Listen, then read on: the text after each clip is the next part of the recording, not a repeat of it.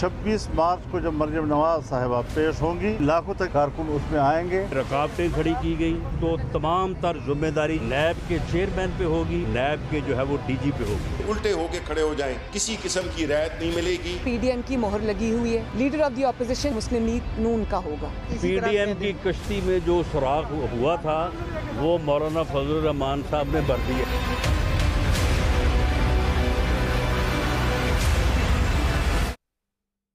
अस्सलाम वालेकुम, मैं हूं समर अब्बास और 26 मार्च को नाज़रीन पीडीएम का लॉन्ग मार्च होना था इस्लामाबाद की तरफ, लेकिन उससे पहले जो है यहाँ पे अब एक मार्च होने जा रहा है नैब लाहौर की तरफ, और वो उसकी वजह यह है कि मरियम नवाज़ की मुमकिना जो नैब में पेशी और उनकी मुमकिना गिरफ्तारी को अवॉइड करने के लिए इसका सारा मकसद है। और इस पर अब बड़ा क्लियरली कह दिया गया नून लीग की क़यादत की तरफ से कि अगर किसी किस्म की रुकावट खड़ी की गई तो सख्त रिएक्शन होगा पार्टी की तरफ से। और इस पर नाज़रीन अब हो ये रहा है कि मौलाना फजलुर रहमान भी कह चुके हैं कि पीडीएम की क़यादत भी जाएगी, कारकुनान भी जाएंगे वहाँ पे। और 11 अगस्त को जो मनाजिर देखे गए थे नैब के सामने, उस तरह के मनाजिर मुमकिन तौर पर देखने को मिल सकते हैं। गवर्नमेंट ये कह रही है कि हम किसी सूरत में भी टॉलरेट नहीं करेंगे इस सारे मामले पर। दूसरी तरफ नाज़रीन मामला है लीडर ऑफ द अपोजिशन का सेनेट के अंदर, उस पर पीडीएम के अंदर एक लड़ाई जारी है।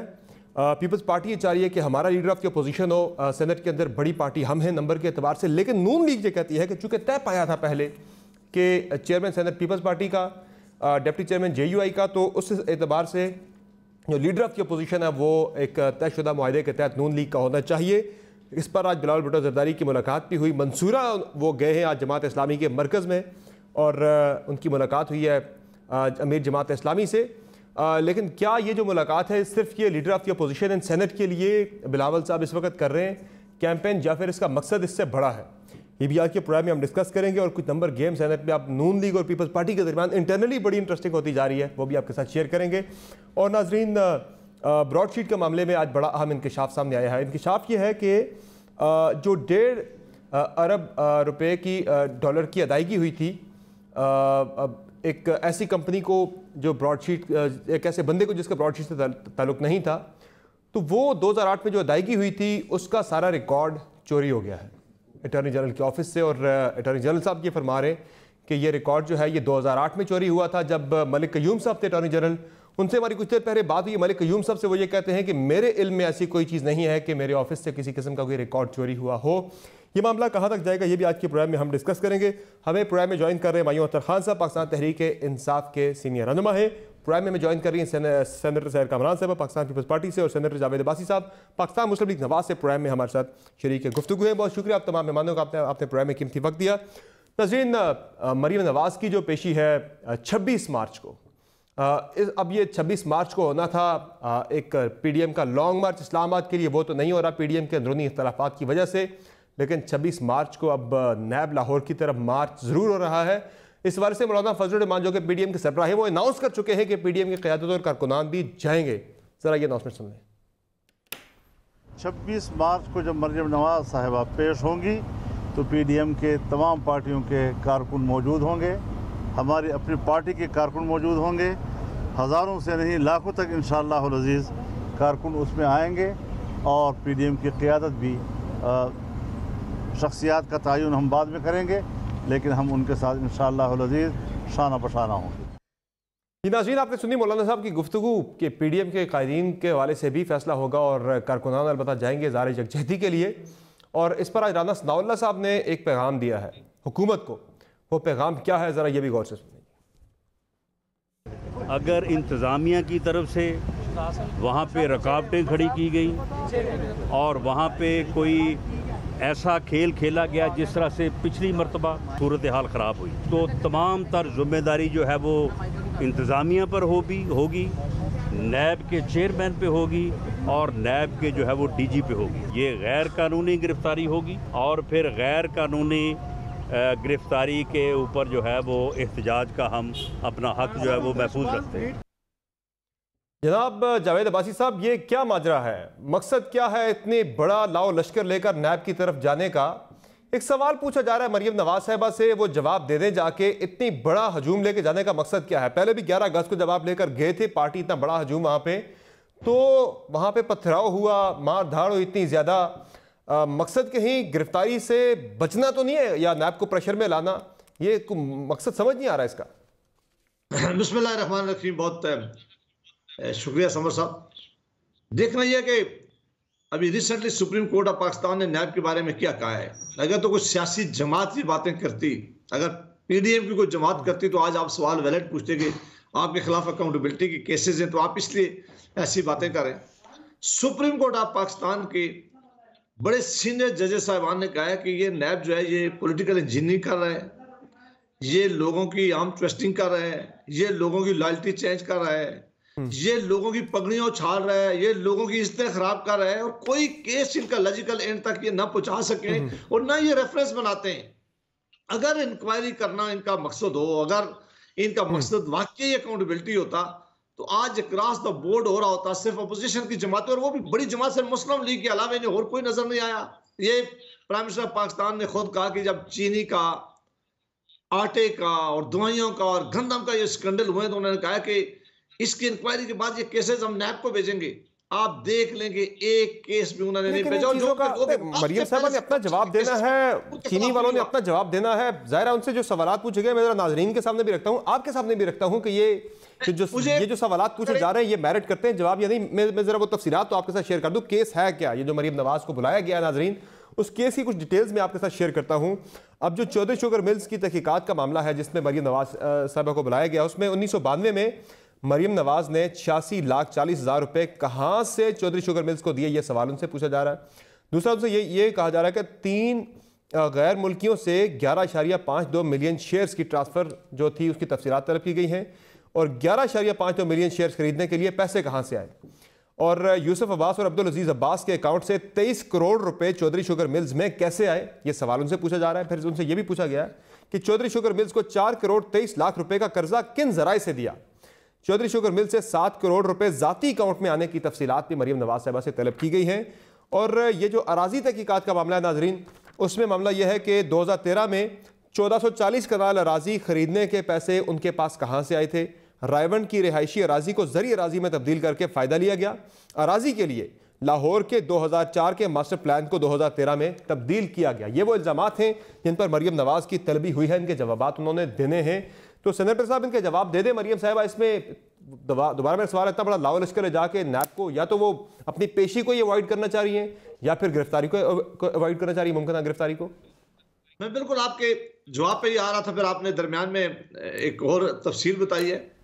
देखिए, मैं ये कह रहा हूँ कि जब शाहिद खाकान अब्बासी साहब के खिलाफ केसेस हुए हैं, हमजा शहबाज साहब के खिलाफ केसेस हुए हैं, मियाँ शहबाज शरीफ साहब के खिलाफ केसेस हुए हैं, जब ख्वाजा आसिफ साहब को अंदर इन्होंने रखा हुआ है, और आप जो ख्वाजा साद रफीक साहब, वो सारे वो केसेस थे जिनको लोगों को इन्होंने जेल में डाला रखा, और बाद में पता चला कि कुछ भी इन केसेस में नहीं है। और फिर ख्वाजा साद रफीक साहब का केस जब सुप्रीम कोर्ट ऑफ पाकिस्तान में गया, वो जजमेंट आपने काफी दफा डिस्कस हुई है। हम क्या कह रहे हैं कि हम कह रहे हैं कि नैब इस वक्त हुकूमत का एक कलाकार बना हुआ है, हुकूमत के कहने पे गिरफ्तारियां कर रहा है, हुकूमत के कहने पे पॉलिटिकल। तो सेनेटर साहब उसका एक कानूनी तरीका है उसका ना, हुकूमत के खिलाफ उसका एक कानूनी तरीका है ना, आ जाएगा। उसका कानूनी तरीका है। आपको कोई ग्रेवेंसेस है, आप अदालत के अंदर जाएं, पहले भी आपको रिलीफ मिला है, अब भी रिलीफ मिल जाएगा। ये बंदे जाके नैब पे चढ़ाई कर देनी, इसका मकसद समझ नहीं। अभी आपका सवाल जो है, नैब कोई चढ़ाई नहीं करेगी। पाकिस्तान में कोई ऐसी केसेस आप बता रहे हैं जहां लीडरशिप जाती है, वो किसी कोर्ट में भी जाती है तो उनके वर्कर उनके लीडर साथ जाते हैं, किसी इंक्वायरी में भी जाती है तो लीडर और वर्कर इंक्वायरी में जाते हैं। हमारा ना कोई प्रोग्राम है किसी को अटैक करने का, ना प्रोग्राम है। ये एक सर, ये 11 अगस्त को भी ऐसे ही आप बंदे लेके गए थे जहती के लिए, वहां पे हालात खराब हो गए थे साथ, और वो हमेशा से जाते हैं। जिस भी अदालत में अगर पीपल्स पार्टी की लीडरशिप जाती है तो उनके साथ उनके वर्कर वहां जाते हैं, हमारी लीडरशिप जाए। इसका कहीं मतलब ना लिया जाए कि हम किसी इंक्वायरी से डर रहे हैं, हम किसी गिरफ्तारी से डर रहे हैं, और हम जवाब देना नहीं चाहते। नहीं, बिल्कुल वो जवाब देंगे, लेकिन वर्कर्स अपने लीडर के साथ जाते हैं। इसको ऐसा मकसद नहीं लिया जाता कि वो किसी को अटैक करने जा रहे हैं, खुदा ना खास्ता कोई लॉ एंड ऑर्डर सिचुएशन पैदा करेंगे, ऐसा बिल्कुल नहीं हो। आपका पॉइंट आ गया सर। सैयद कमरान साहब, मौलाना फजलुर रहमान साहब ने ये अनाउंस कर दिया है, पीडीएम के सरबराह, ज़ाहिर है आप सब पे उनका ऐलान जो भी हो, उनका फैसला हो, वो सब पे लागू होता है। उन्होंने कहा पीडीएम की क़यादत भी जाएगी, कारकुनान भी जाएंगे। तो क्या पीपल्स पार्टी की तरफ से कोई जा रहा है 26 मार्च को मरीम नवाज साहब की पेशी पे, बिलावल साहब या आपकी लाहौर की क़यादत में से कोई, पंजाब की क़यादत में से कोई, या कारकुनान आपके? देखिए, यकीनन जो है वो पीडीएम की, अगर मौलाना फजलुर रहमान साहब ने ये बात कही है तो उन्होंने मुशावरत की होगी पीपल्स पार्टी की लीडरशिप से, क्योंकि मेरे इल्म में नहीं है तो मैं नहीं कह सकती कि तब तक मुशावरत नहीं हुई थी, ऐलान करने तक मुशावरत नहीं हुई थी।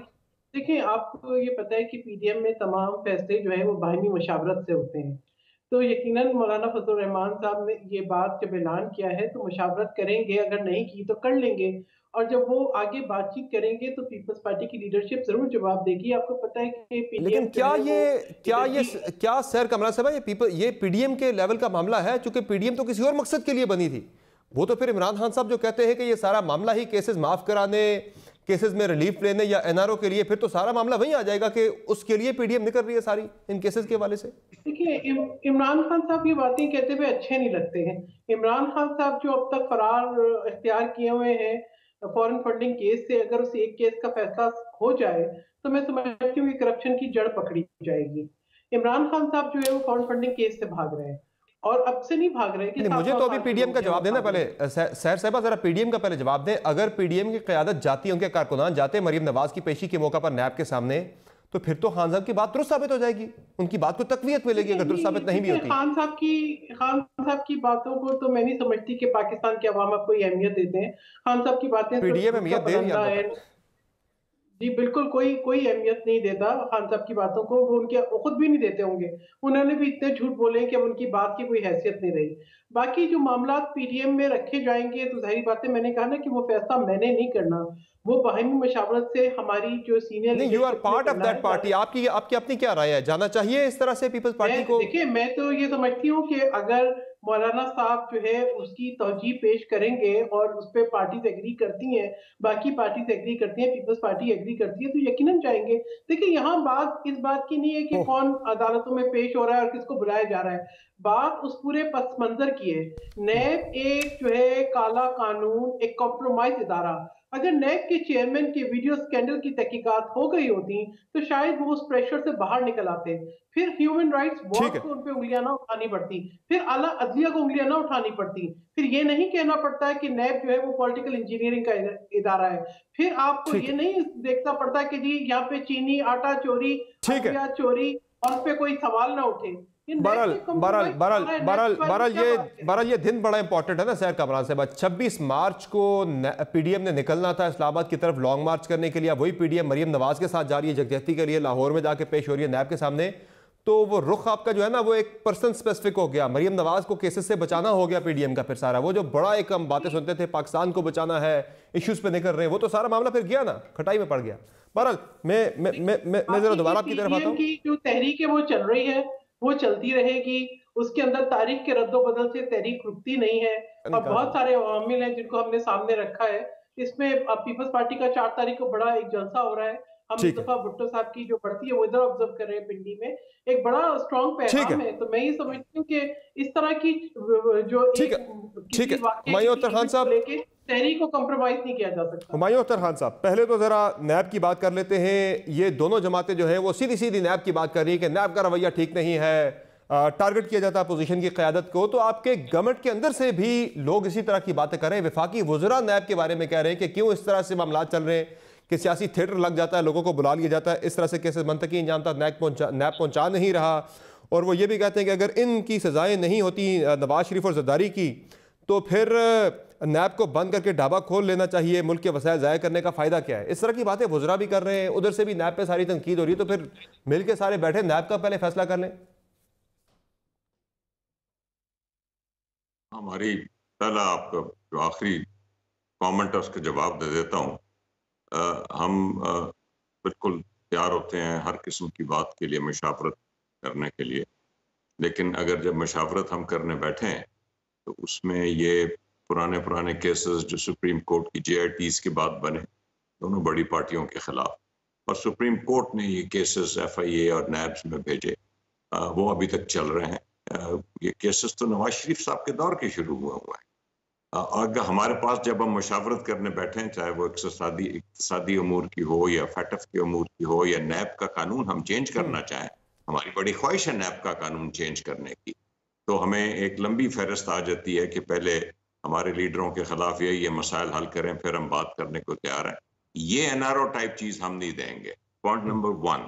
दूसरा देखिए, नहीं इससे तो बिल्कुल साबित होता है कि हम तो पहले दिन से कह रहे हैं कि ये तहरीकें जो हैं ये लीडर बचाओ तहरीकें हैं। पहले दिन से, क्योंकि लीडरशिप के खिलाफ बड़े बड़े मुकदमात थे हमारे पावर में आने से पहले, उनको बचाने की कोशिशों में ये सब कुछ देखने में आता है। अब जब टोटली और एब्सोल्युटली नाकाम हो गई है पीडीएम, और ना सिर्फ एक बल्कि मौलाना साहब की 2019 वाली भी नाकाम हुई। अब मौलाना साहब समझते हैं कि बार बार जो नाकामी हुई है वो उसको बार बार अगर दोहराया जाए तो वो कामयाबी में तब्दील हो जाएगी, वो नहीं होगा। अब वही चीज हो रही है कि 26 मार्च को लॉन्ग मार्च, तो पता नहीं क्या बना उसका, वो तो नहीं होगी। तो अब 26 मार्च को जो एक मुल्क के कानूनी इदारे हैं, अकाउंटेबिलिटी के इदारे हैं, वो सही है गलत है वो अलग बात है। मैंने शुरू में कहा है कि हम बात करने को तैयार हैं, लेकिन उनके खिलाफ एक दुनिया में अगर आप एक कोई प्रोसेस चल रहा है और उसकी ऑब्स्ट्रक्शन करें तो ये बहुत बड़ा एक इल्जाम होता है, इसको ऑब्स्ट्रक्शन ऑफ एन इन्वेस्टिगेशन। लेकिन हुमायूं खान साहब, सियासी बात नहीं है ना जी। हुमायूं खान साहब, जो इंटेंट की बात हो रही है, ये यहाँ पार्टियां जो है उनके खिलाफ दावा बोल रही है नैब में, ये कोई सियासत है?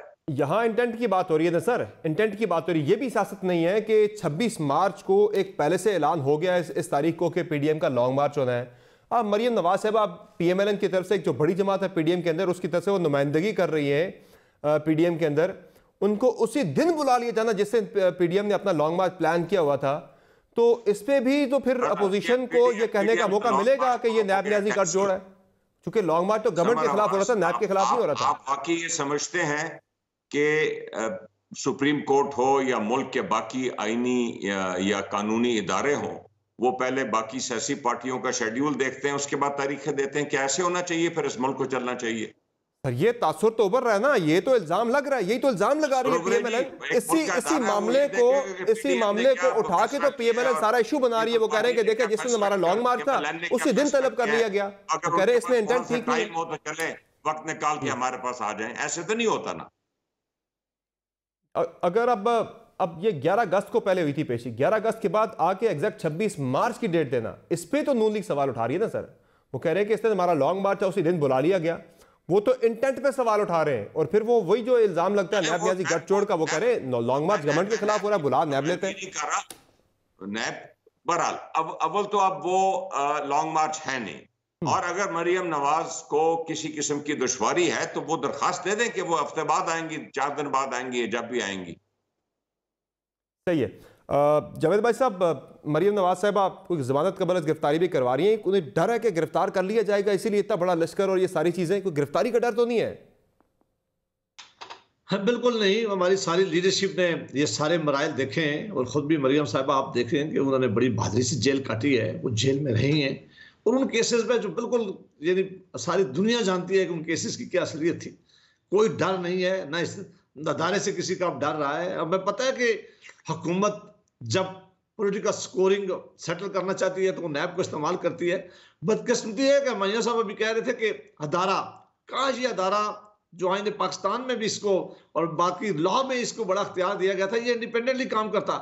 यहाँ हुकूमत वो आज बैठी हुई है कि चीफ इलेक्शन कमीशन और मेंबर के खिलाफ जो एक कानूनी अदारा है, सिर्फ उन्होंने वज़ीर आज़म साहब और उनकी पार्टी की एक बात नहीं मानी। डिस्का के केस में आपने देख लिया, उन्होंने कहा कि मिनिस्टर बैठे, उन्होंने कहा रिजाइन करो और घर जाओ। आज जब दुनिया की तारीख में या पाकिस्तान की तारीख में कभी ऐसा हुआ है कि किसी अदारे के खिलाफ? सर मुझे तो लगता है जावेद भाई साहब, ये जो एतराज नून लीग उठा रही है कि 26 को लॉन्ग मार्च हमारा प्लान था, 26 को ही नैब ने बुला लिया, लगता है नैब वालों को भी अंदाजा हो गया था इस बात का कि ये पीडीएम नहीं चलनी, ये लॉन्ग मार्च नहीं होना, क्योंकि लड़ाई इतनी बढ़ चुकी है कि आज भी बिलावल साहब मंसूरा में खड़े होकर सिराजुल हक साहब के साथ ये इल्जाम लगा रहे हैं आपकी पार्टी की क़यादत पर कि लाहौर का एक सियासी खानदान है जो माजी में सेलेक्ट होता आया है। वो कहते हैं अभी तक मुझे ये नहीं पता कि ये किसका ये फैसला था, किसका आइडिया था कि लॉन्ग मार्च के साथ इस्तीफों वाले मामला भी नथी कर दिया जाए। लगता है डिवीजन उन्हें भी नजर आ रही थी कि लॉन्ग मार्च होना ही नहीं है। देखिए ये कुछ आप अंदाजा करेंगे अगस्त के बाद, अब 7 महीने बाद, इस 7 महीनों में नैब क्यों सोया रहा? इसने क्यों नहीं तारीख दी? इसने क्यों नहीं बुलाया? अगर उस तारीख में नहीं होता, ये कोई केस ऐसा आपकी नजर से गुजरा हो कि केस की इंक्वायरी हो रही हो, केस हो रहा हो और 7 या 8 महीने वो बिल्कुल खामोश सोया रहे, कोई नोटिस ना दे, कोई बात ना करे। और एकदम पीडीएम ने जब तारीख रख ली है, या तो नैब पहले नोटिस दे देता, पीडीएम की तारीख पहले मुकर्रर हो गई है, उसी तारीख को बेस करके ये नोटिस इसलिए दे रहे थे कि इनका ख्याल था कि ये हम ट्विस्टिंग का ये बड़ा शौक है कि हम इन्हें दबा देंगे, हम कहेंगे। पर पीडीएम की भी तो 10 तारीखें चेंज हुई है ना, पहले अक्टूबर में, फिर दिसंबर में, फिर जनवरी में, फिर फरवरी में, फिर 26 मार्च हो गया। अब 26 मार्च से भी आगे चला गया मामला, तो किसी को यकीन ही नहीं था कि लॉन्ग मार्च होना भी या नहीं होना।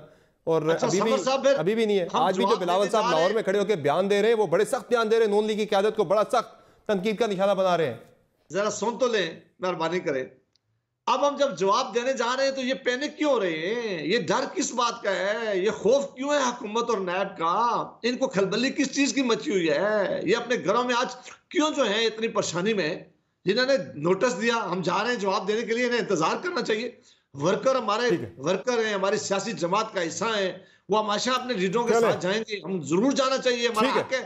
हम जवाब देने जा रहे हैं, पैनिक न क्रिएट करें। आपने बुलाया, मेहरबानी करके आप जवाब सुने। ठीक है। बहरहाल अब ये पीडीएम के अंदर नाजरीन जो लड़ाई है ये बढ़ती जा रही है, इस तरफ ही मैं आपको लेके आऊँगा ब्रेक के बाद। और ये जो मामला है, लड़ाई पीडीएम के अंदर ये शुरू हुई थी। असल में एक तो इस्तीफों वाला मामला था, उस पर पीपल्स पार्टी ये कहती है कि कोई फैसला 8 मार्च तक नहीं था कि इस्तीफे दे के लॉन्ग मार्च करना है। अचानक से ये फैसला किया गया और पीपल्स पार्टी के अंदर से इल्ज़ाम ये भी लगाया जाता है पीएमएलएन पे और जेयूआई पे कि इनकी अपनी तैयारी नहीं थी लॉन्ग मार्च की, इसलिए हमें ऐसी एक मुश्किल सूरत हाल में डालने की कोशिश की गई, जिस पे पीपल्स पार्टी नहीं आई। और आज जो बिलावल भुट्टो जरदारी लाहौर में, मंसूरा में जो तनकीद कर रहे हैं नून लीग की क़यादत पे, वो यहाँ तक कह रहे हैं कि मरीम नवाज जो कि नून लीग की नायब सदर हैं, उनके बयान का जवाब मैं नहीं दूंगा, अगर देना होता तो मेरी पार्टी का नायब सदर देता। इस तरह के बयान आ रहे हैं बड़े सख्त किस्म के। ये लड़ाई कम नहीं होगी, आने वाले दिनों में मजीद बढ़ती चली जाएगी नून लीग और पीपल्स पार्टी के दरमियान। और ये लीडर ऑफ द अपोजिशन वाला मामला किस तरफ जाएगा, इस पर बात करेंगे छोटे से ब्रेक के बाद। हमारे साथ रहेगा।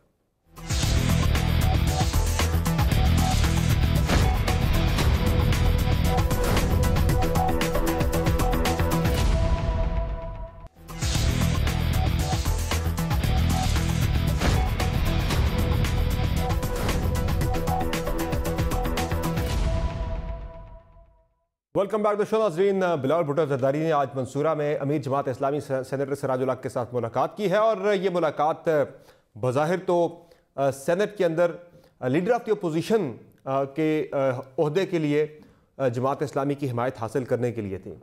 लेकिन नाज़रीन, बिलावल भुट्टो जरदारी ने बड़ी ख़तरनाक बातें की आज लाहौर में। उस तरफ मैं थोड़ी देर बाद आता हूँ। जो उन्होंने नून लीग को आज बिल्कुल जो है ना हदफ तनकीद बना लिया है, खुल के आज नून लीग पर तनकीद की है।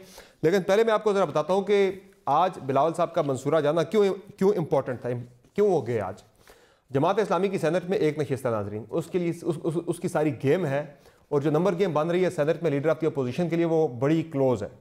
अब पहले इसमें ज़रा मैं आपको बताता हूँ कि पीपल्स पार्टी की सेनेट में जो अरकान हैं वो 21 हैं, मुस्लिम लीग नून के 17 हैं, जेयूआई के 5 हैं, एएनपी के 2 सेनेटर्स हैं, नेशनल पार्टी के भी 2 हैं, पीके मैप का 1 मेंबर है, आज़ाद पीके मैप का एफिलिएट उनका एलाइड है लेकिन है आज़ाद है 1 है, बीएनपी मैंगल के 2 हैं, जमात इस्लामी का 1 है। तो टोटल जो ये तादाद बनती है सेनेट में अपोजिशन की, ये 52 बनती है।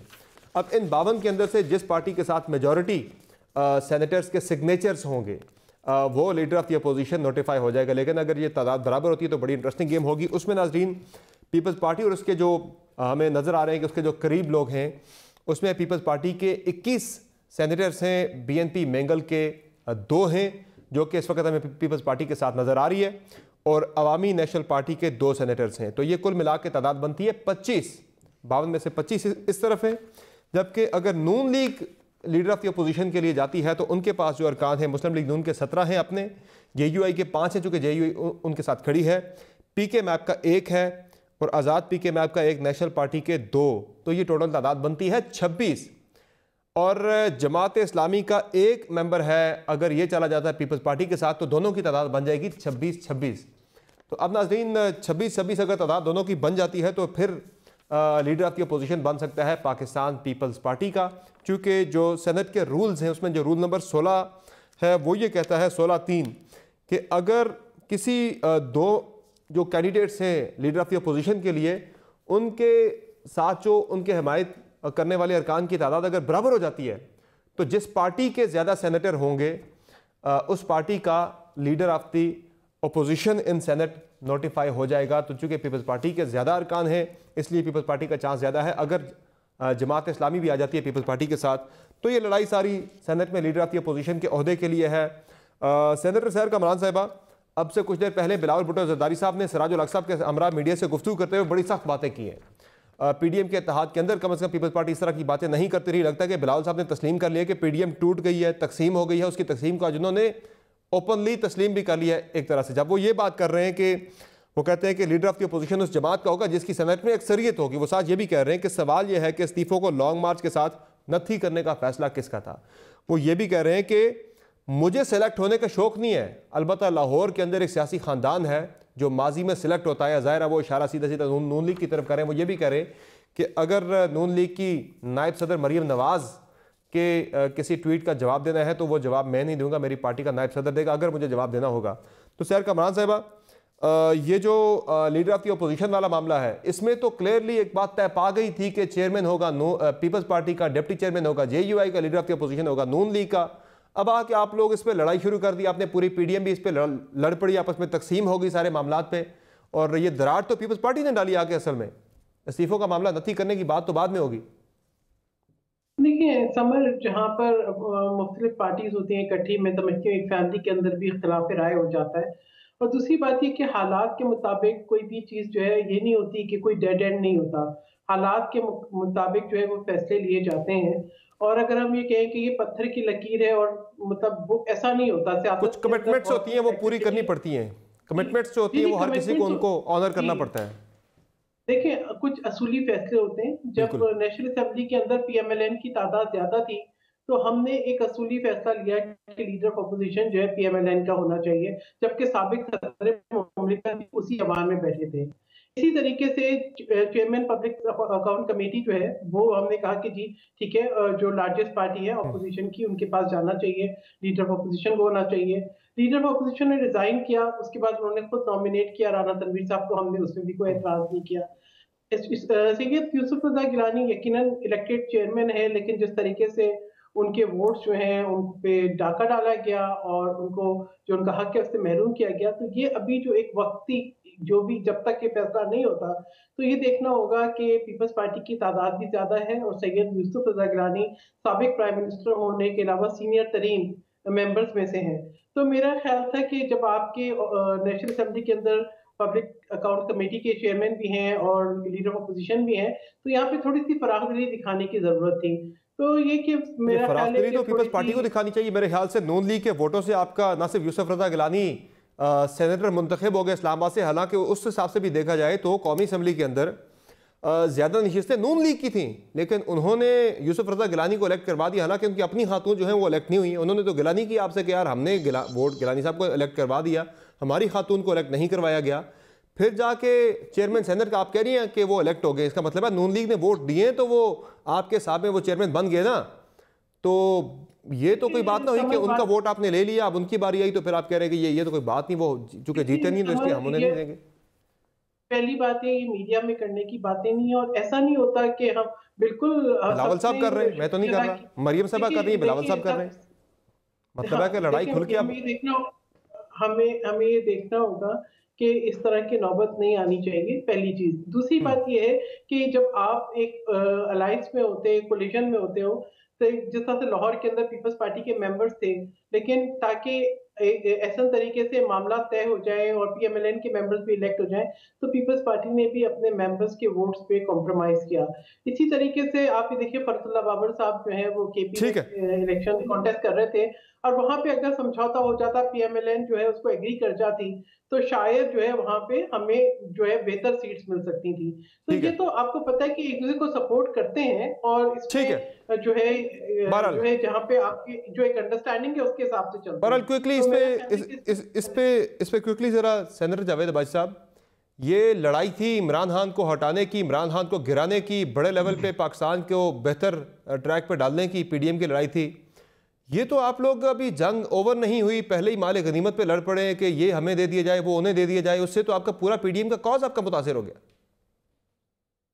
देखिए समर साहब, एक प्रिंसिपल अडॉप्ट किया गया था, वो प्रिंसिपल PDM के अंदर समाजी जमातें बैठी, तो खुद पाकिस्तान पीपल्स पार्टी ने कहा कि सेनेट का जो चेयरमैन का इलेक्शन है इसमें यूसुफ रजा गिलानी साहब लड़े, डिप्टी चेयरमैन का इलेक्शन जो है वो JUI हैदरी साहब को होना चाहिए, और अपोजिशन लीडर जो है वो मुस्लिम लीग का हक है। ये एक फार्मूला तय हो गया तमाम सियासी जमातों ने बैठ के।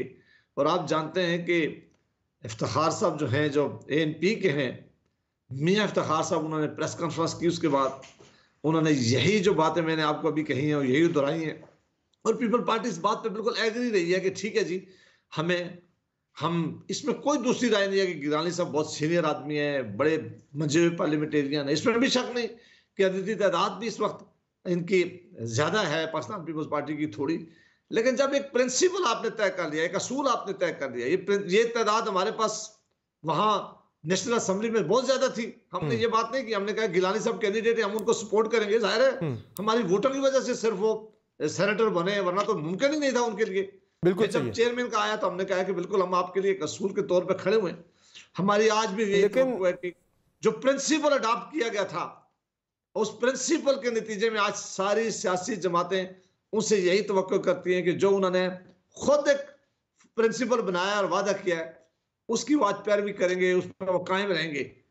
लिहाजा अगर ऐसा ना हुआ तो फिर आने वाले दिनों में PDM के बड़ा नुकसान होने का खतरा है। मैं समझता हूँ कि आप एक ऐसे मामला चल पड़े हैं जिसमें हमारी ख्वाहिश पहले भी नहीं थी और अब भी नहीं। हम चाहते थे कि PDM की सारी सियासी जमातें, जिसमें पाकिस्तान पीपल पार्टी शामिल हो, इकट्ठे मिलकर जद्दोजहद करें इस हुकूमत के खिलाफ, महंगाई के खिलाफ, इस मुल्क के करप्शन जो हो रही है ये भी कह रहे हैं ना। चले, ये तो एक तो मामला हो गया लीडर ऑफ द ऑपोजिशन वाला, दूसरा मामला हो गया इस्तीफों वाला, जिसकी वजह से PDM में लड़ाई हुई। वो इस्तीफों वाली बात थी। बिलावल भुट्टो जरदारी आज लाहौर में कह रहे मुझे नहीं पता ये किसने ये मामला अटैच कर दिया साथ कि इस्तीफे दिए जाए। पीपल्स पार्टी के लोग तो ये भी कहते हैं कि चूंकि नून लीग की और JUI की तैयारी नहीं थी लॉन्ग मार्च के लिए, इसलिए उन्होंने इस्तीफों वाला मामला साथ अटैच कर दिया। ये ऐसा मामला था जो उन्हें पता था पीपल्स पार्टी कबूल नहीं करेगी।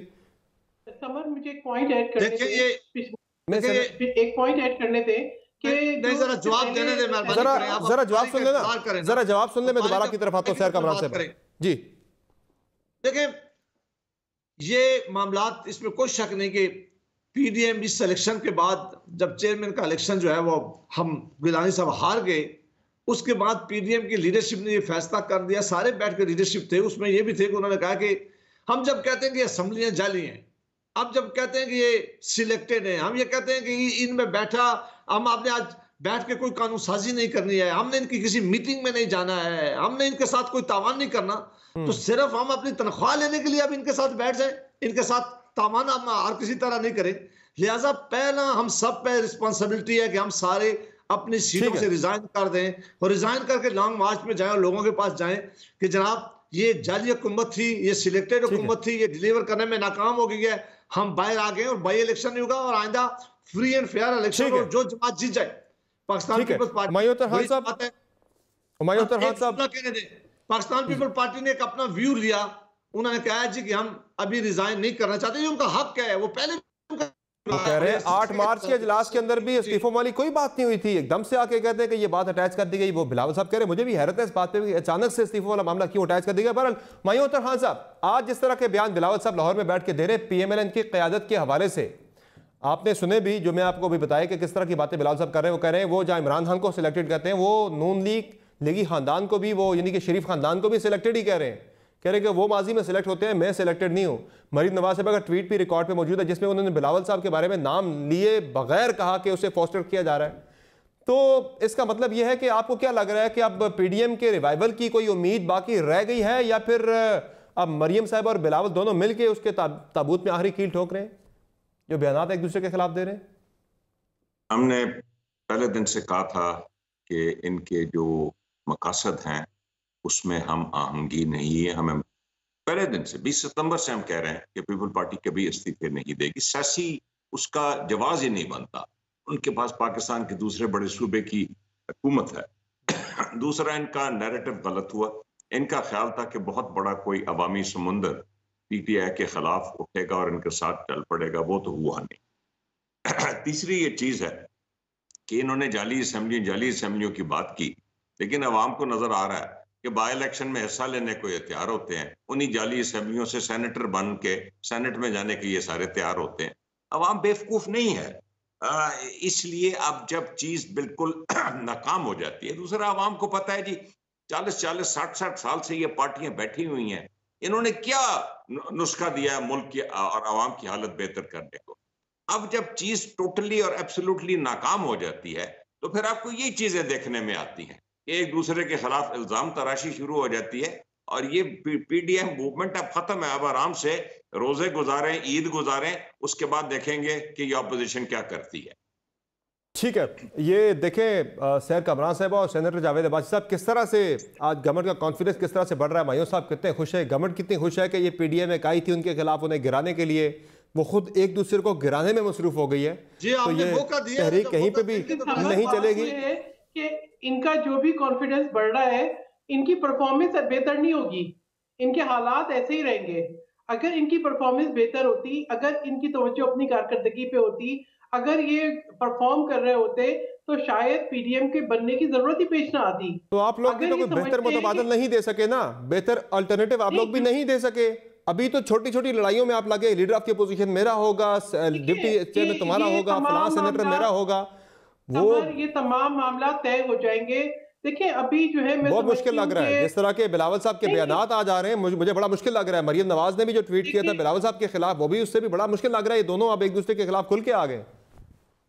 देखिए बात यह है कि मैं नहीं समझती कि जो है ना मरियम बीबी को इतने एक्सट्रीम पोजीशन पे जाके ऐसे स्टेटमेंट्स देने चाहिए थे जिनका जवाब देना पड़ता। ये चीजें बड़े बाहमी इत्तेफाक से ये चीजें हल हो सकती थी। और देखिए मैं समझती हूँ कि अगर पिछली दफा लीडर ऑफ अपोजिशन पीएमएलएन का था तो अगर एक बात तय भी हो गई थी और हालात मुख्तलिफ थे तो उसको ये बातें मिल बैठ के तय कर लेनी चाहिए थी। इस पे इतनी ज्यादा जो है मैं समझती हूँ रिजिडिटी की जरूरत नहीं थी। और सियासत में बहुत सारी बातें होती है, कोई डेड एंड्स नहीं होते, बातें होती हैं, मामला तय होते हैं। लेकिन ये शायद एक किस किस्म का माहौल बन गया था मीटिंग से पहले ही 2 दिन पहले कि इस्तीफे जरूर होने हैं। देखिए बात यह है कि खाली अगर इस्तीफे हम दे देते और कल को इलेक्शन ना हो पाते, हुकूमत डिसॉल्व ना होती, वो आपकी पोजीशन बिल्कुल ठीक है, उस पे बिल्कुल पीपल्स पार्टी की पोजीशन ठीक है। एक बात जब इस्तीफों वाला मामला रखा गया था कि सबसे आखिरी ऑप्शन होगा, उसे शुरू में ला के पीपल्स पार्टी को एक बड़ी मुश्किल सूरत हाल में डाला गया और दूसरा अनकंफर्टेबल पोजीशन में डाला गया। लेकिन दूसरा जो लीडर ऑफ की पोजीशन वाला मामला, वहां पीपल्स पार्टी की बड़ी क्लियरली गलती है कि सेनेट के अंदर जब तय पा गया था नून लीग का होगा तो फिर आपको नून लीग को देना चाहिए था, कमिटमेंट को ऑनर करना चाहिए था। लेकिन अब यहाँ पे एक मामला और भी है हुमायूं अख्तर खान साहब, अब ये जो यूसुफ रजा गिलानी साहब का मामला भी है, एक तो ये आपस की लड़ाई तो अपनी जगह पे, वो गवर्नमेंट के खिलाफ भी अभी पीपल्स पार्टी फुल डटी हुई है। बिलखुसूस संजरानी साहब के मामले पे आज पिटीशन दायर कर दी गिलानी साहब ने इस्लामाबाद हाई कोर्ट में, जहां वो ये कह रहे हैं कि 7 जो मुस्तरदशुदा वोट थे वो गिलानी साहब के गलत वोट रिजेक्ट किए गए हैं। और वो जो प्ली आप लेते हैं कि सनद के मामलात को नहीं किया जा सकता चैलेंज, उसमें पीपल्स पार्टी ये कह रही है कि ये एक रूटीन का कोई प्रोसीजर नहीं था, ये एक इलेक्शन था अंडर द कॉन्स्टिट्यूशन आर्टिकल 60, तो इस पे अदालत अपना फैसला दे सकती है। तो आपको लग रहा है कि गिलानी साहब दोबारा आ सकते हैं चेयरमैन बन के सेनेट के? देखिए जी, पाकिस्तान में ज्यादातर लोग जो इलेक्शन हार जाते हैं वो फिर अदालतों का रुख करते हैं या ट्रिब्यूनल्स का रुख करते हैं। हमारी बड़ी क्लियर सोच है गवर्नमेंट की कि सेनेट के मामला अदालतों में नहीं जा सकते। हमें उम्मीद है कि अदालत आइन और कानून को मद्देनजर रख के फैसले करेगी और जो भी है आगे सुप्रीम कोर्ट की अपीलेट प्रोसेस भी मौजूद है। मुझे नहीं लगता कि इसमें किसी किस्म का कोई गिलानी साहब के हक में कोई नतीजा निकले। ठीक है, जालसाजी से वोट स्नैच करने से, ठीक है, जालसाजी से वोट स्नैच करने से कोई चेयरमैन सेनेट नहीं बन जाता। ठीक है ना, ये कि अगर आप रिकॉर्ड को रखने दबा ले, इससे आपकी लेजिटिमेसी नहीं बनती। कह सकता हूँ जस्ट वन कमेंट। चले, मुझे एक ब्रेक लेनी है, ब्रेक लेते हैं, ब्रेक से वापस आएंगे तो बात करेंगे ब्रॉडशीट का रिकॉर्ड कैसे गायब हुआ। 2008 में ये रिकॉर्ड गायब हुआ है, पर्टिकुलरली जो $1.5 अरब की पेमेंट की गई है कि एक ऐसे बंदे को जिसका ब्रॉडशीट से ताल्लुक नहीं था, $1.5 मिलियन की, वो पैसा जो है वो गया है गलत तरीके से, गलत बंदे को चला गया। वो रिकॉर्ड गायब क्यों हुआ है, इसे बातों की छोटे से ब्रेक के बाद हमारे साथ रहिएगा।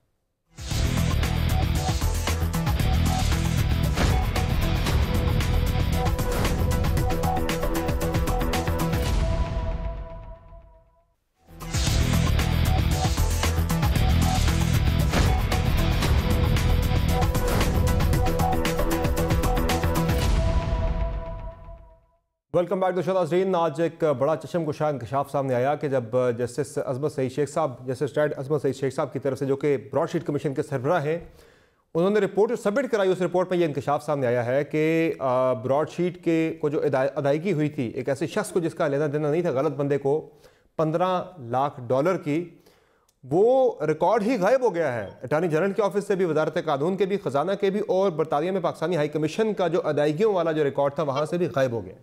अब ये रिकॉर्ड किसने गायब किया? 2008 में ये रिकॉर्ड गायब हुआ है, जब मलिक कयूम साहब थे अटॉर्नी जनरल। उनसे हमारी कुछ देर पहले बात हुई, वो कहते हैं कि मेरा तो कोई लेना देना नहीं, मुझे मालूम नहीं है रिकॉर्ड किसने गायब किया है। उनके बाद लतीफ़ खोसर साहब से, उनसे भी हम ट्राई करेंगे कि उनसे मालूम हो कि क्या मामला हुआ ये। बहरहाल साथ ही साथ अजमत सईद शेख साहब ने जो एक बड़ा फैसला दिया, वो साथ ये दिया उन्होंने नैब को स्विस मुकदमात का सर्बमहर रिकॉर्ड खोलने की सिफारिश कर दी कि जो सील्ड रिकॉर्ड है जरदारी साहब से मुतल्लिक जो स्विस केसेस थे वो ओपन कर दिया जाए। तो ये जावेद भाई साहब, क्या लग रहा है आपको, ये मामला किस तरफ जाएगा? ये जो पर्टिकुलरली रिकॉर्ड का गायब होना, चोरी होना वहाँ से फाइलों का, इस पर किस तरह की कार्रवाई हो सकती है? मैं अभी वो डिटेल रिपोर्ट देखी नहीं है, पढ़ी नहीं है, और जब पता है कि ब्रॉडशीट का बनाया जाता रहा, ट्राइब्यूनल जज साहब को बनाया गया था, तो बड़ी कंट्रोवर्सी क्रिएट हुई थी पाकिस्तान में, और किसी ने भी उनके नाम पर एग्री नहीं किया गया था। बहरहाल उनकी रिपोर्ट आई है, ये जरूर देखने की बात है कि वो रिकॉर्ड कहाँ गया है, किसके पास है। ऐसा नहीं हो सकता कि पाकिस्तान से इस तरह सारा रिकॉर्ड गायब हो जाए। ये जरूर बड़ी तशवीशनाक सूरत हाल है, लेकिन इसको एग्जैक्टली देखना पड़ेगा कि वाकई ऐसी बात है, वाकई जब तक वो रिपोर्ट सामने नहीं आती मैं खुद देख नहीं लेता। ठीक है, मायूद तरफान साहब, आपको क्या लग रहा है ये मामला किस तरफ जाएगा? ये स्विस मुकदमात को भी डीसील करने का कह दिया अजमत सईद शेख साहब ने, कोई लिंक आपको नजर आ रहा है ऐसा कोई? देखिए समर अब्बास, सब जो ये अभी इन्वेस्टिगेट हो रहा है, सुप्रीम कोर्ट का जज इसको इन्वेस्टिगेट कर रहा है, मैं ज्यादा नहीं बोलना चाहूंगा। प्रेमा फसा रिपोर्ट जमा करवा दी उन्होंने, मिनिस्ट्री हो, पाकिस्तान हाई कमीशन ब्रिटेन की हो, और माजी में आपको मालूम है कि स्विट्जरलैंड से रिकॉर्ड कैसे गायब किए गए थे, तो इसमें दाल में बहुत काला है। सर कमरान साहब, क्विकली कंक्लूड कर दें इसको। देखिए वही बात है कि ये तो अभी तो मुझे लग रहा है कि हर रोज एक नया स्कैंडल खड़ा किया जाता है, वो मुकदमे खत्म हो जाते हैं, वो दोबारा आ जाते हैं, कोई नया दबाव डालना होता है। इसके बजाय मैं कहती हूँ कि एक जो सामने केस है फॉरेन फंडिंग केस, उसका फैसला कर दे तो बहुत सारी चीजें तहकीकात होनी चाहिए, ये रिकॉर्ड कैसे गायब हुआ और जो लोग हैं जिम्मेदार वो कैफर किरदार तक उनको पहुँचाना चाहिए। क्विकली इतना कहता चलूँ कि कोरोना वायरस बहुत ज़्यादा बढ़ रहा है, तीसरी वेव ज़्यादा तेज़ होगी, इसलिए एहतियात करें और मास्क जरूर पहनें, क्राउड में मत जाएं। इजाज़त दीजिए, अल्लाह हाफ़िज़।